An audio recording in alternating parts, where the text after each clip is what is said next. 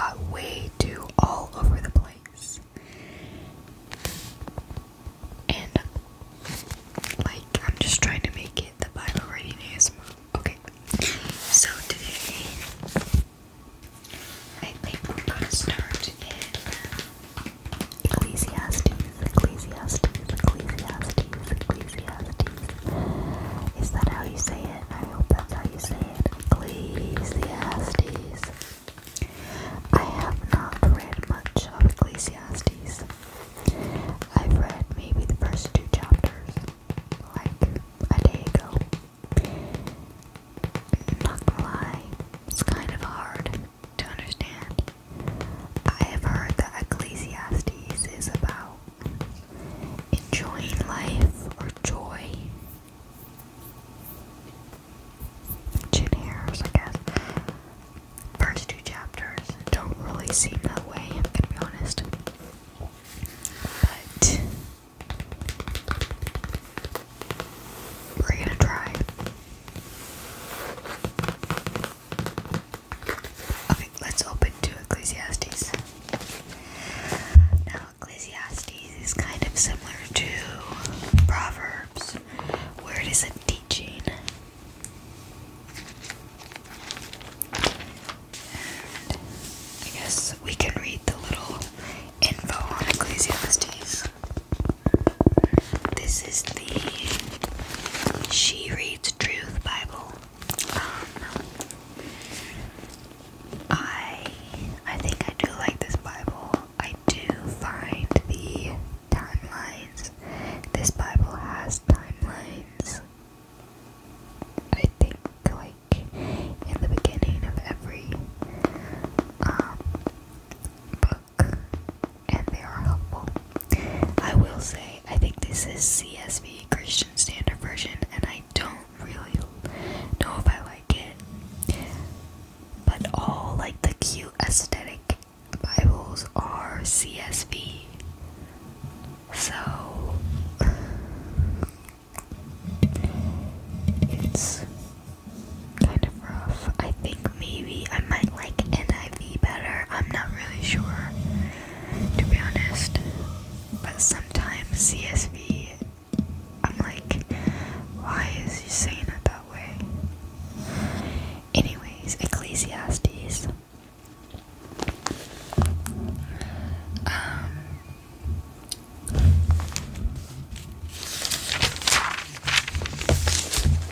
Here we go.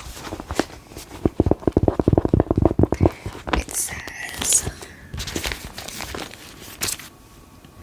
fear God and keep His command. So, fear God and keep His commands. I think that this tells me maybe that's one of the key themes of Ecclesiastes. And like I was saying, it's similar to Proverbs, where it's kind of teaching you, I guess, how to live your life.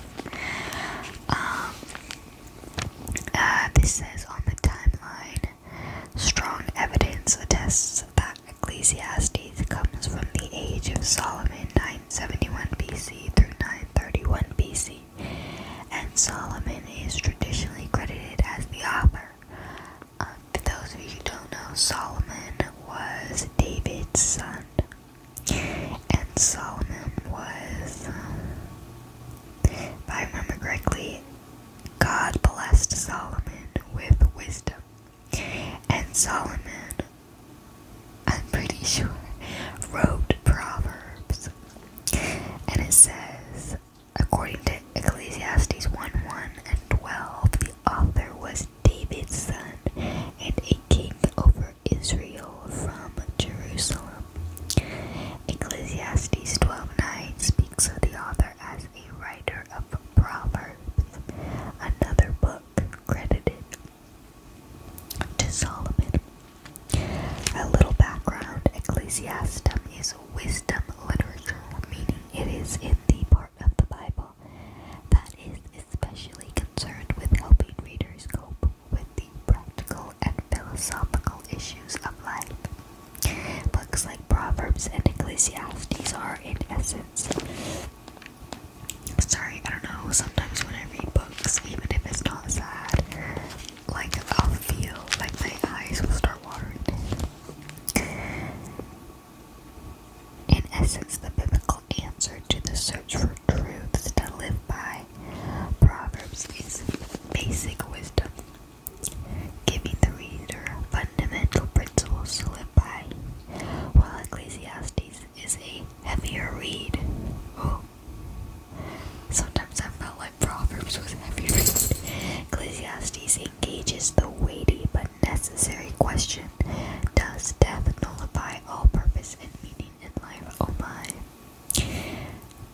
So the message and purpose, according to this, She Reads Truth Bible Study. I'm not saying that anything is correct so far. This all seems correct. Anyways, Ecclesiastes examines major endeavors of life in light of the reality of death. Shows us that we and our works are futile, that is, destined to perish, and we must not waste our lives trying to justify our existence with pursuits that ultimately mean nothing. The book warns specifically about the pursuit of intellectual accomplishments, wealth and luxury, politics and religion, instead of pursuing these purposes which will not last. Ecclesiastes prompts us to do two simple but profound things: enjoy life and fear God. You see, I've seen Bible studies titled like Living with Joy, Ecclesiastes. That does not sound like this book is gonna make me joyful. But you know what? We're gonna learn.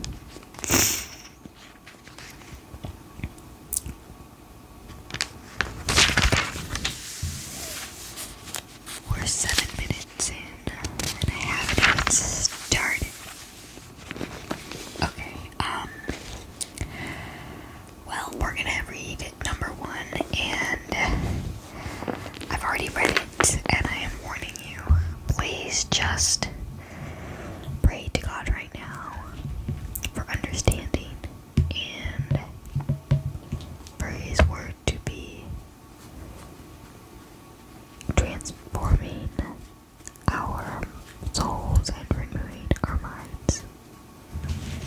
Lord Jesus, I pray that your word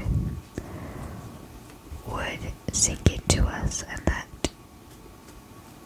our hearts would be open to your word and your understanding. And I pray that your word would be sharper than any double-edged sword. Okay, that's opening up. Is that your new trigger? Okay, chapter 1. The CSV has titled chapter 1, Everything is Futile. Okay, let's start. The words of the teacher, son of David, king in Jerusalem. Absolute futility, says the teacher. Absolute futility. Everything is futile. What does a person gain for all his efforts that he labors at under the sun?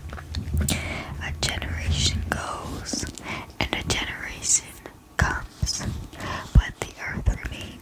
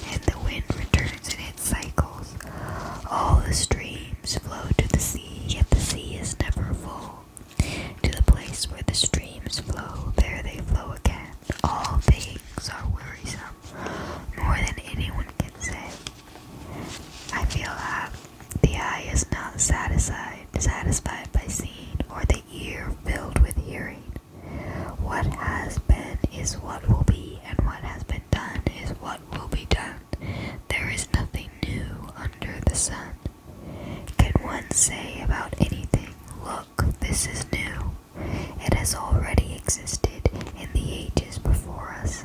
There is no remembrance of those who came before and of those who will come after. There will also be no remembrance by those who follow them. I, the teacher, have been king over Jerusalem, over Israel and Jerusalem. I applied my mind to examine and explore through wisdom all that is done under heaven. God has given people this miserable task to keep them occupied. I have seen all the things that are done under the sun and have found everything to be futile, a pursuit of the wind. What is crooked cannot be straightened. What is lacking cannot be counted. I said to myself, see, I have amassed wisdom far beyond all those who were over Jerusalem before me, and my mind has thoroughly grasped wisdom and knowledge. I apply my mind to know wisdom and knowledge, madness and folly. I learned that this too is a pursuit of the wind. For with much wisdom is much sorrow. As knowledge increases, grief increases. Stop dripping out my nose. Okay.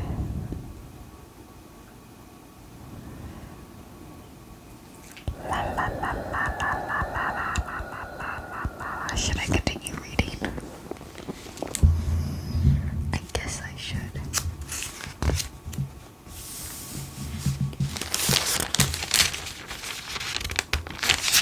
Have patience. Well, if I don't continue reading, I can't title this Ecclesiastes.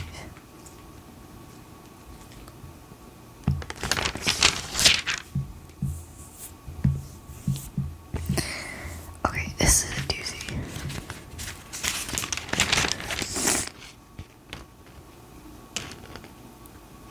I'm pretty sure it starts out, I'm assuming it starts out like this.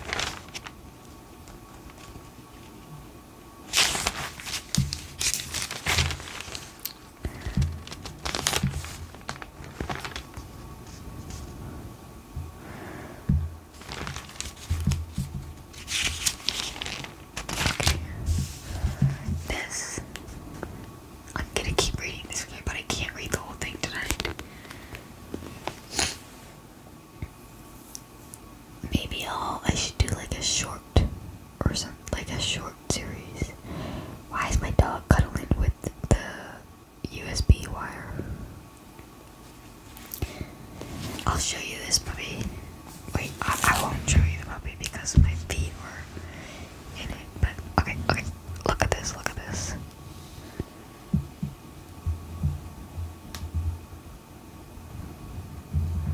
Evie. Okay.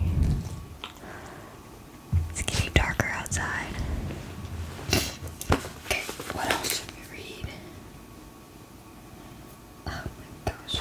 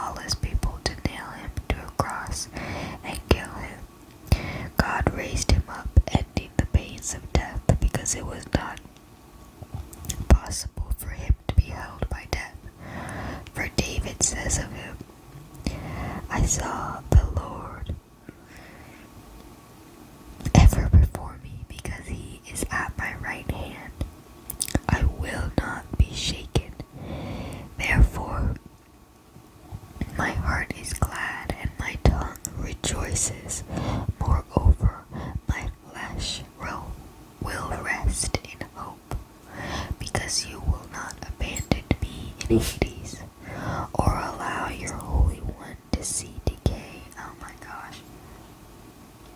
You have revealed the paths of life to me. You will fill me with gladness in your presence. Wow, do you see that? There's a tear running down my face. I swear, I'm not like, I mean, not that this isn't like something that shouldn't bring, Eve, be quiet.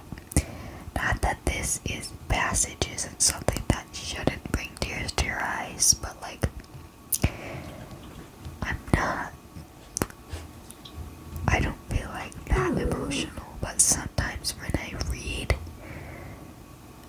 lots of times when I read the Bible out loud, I read it out loud. Sometimes, oh, Evie, stop. Like tears will just come to my eyes. It's like I don't know, my body's like, this is like heavy stuff. You should like be emotional or something. And then I don't know. Yeah, it's weird. Does that ever happen to you guys where you're like reading? If you read out loud, it's just like yeah. I can't explain it. I'm not making any sense. Okay. I hope you enjoyed this Bible reading. I hope you're asleep or something, because I feel like this video was really boring. And hopefully some of it was good.